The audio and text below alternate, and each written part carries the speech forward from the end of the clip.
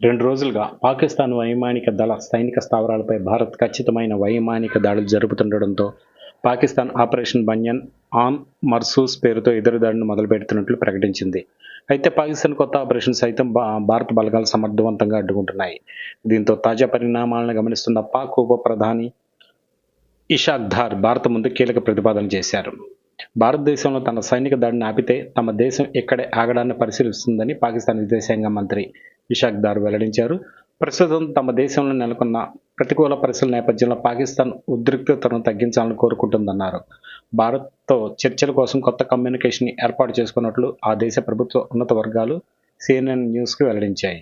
వాళ్ళు ఆగిపోతే మేము కూడా అలాగే చేస్తామని ఇషాక్ దార్ తెలిపారు. పాకిస్తాన్ ఎప్పుడు శాంతిని కోరుకుంటుందని, భారతదేశం ఈ సమయంలో ఆగిపోతే మనం కూడా శాంతిని పరిశీలిస్తామని ఆయన తెలిపారు.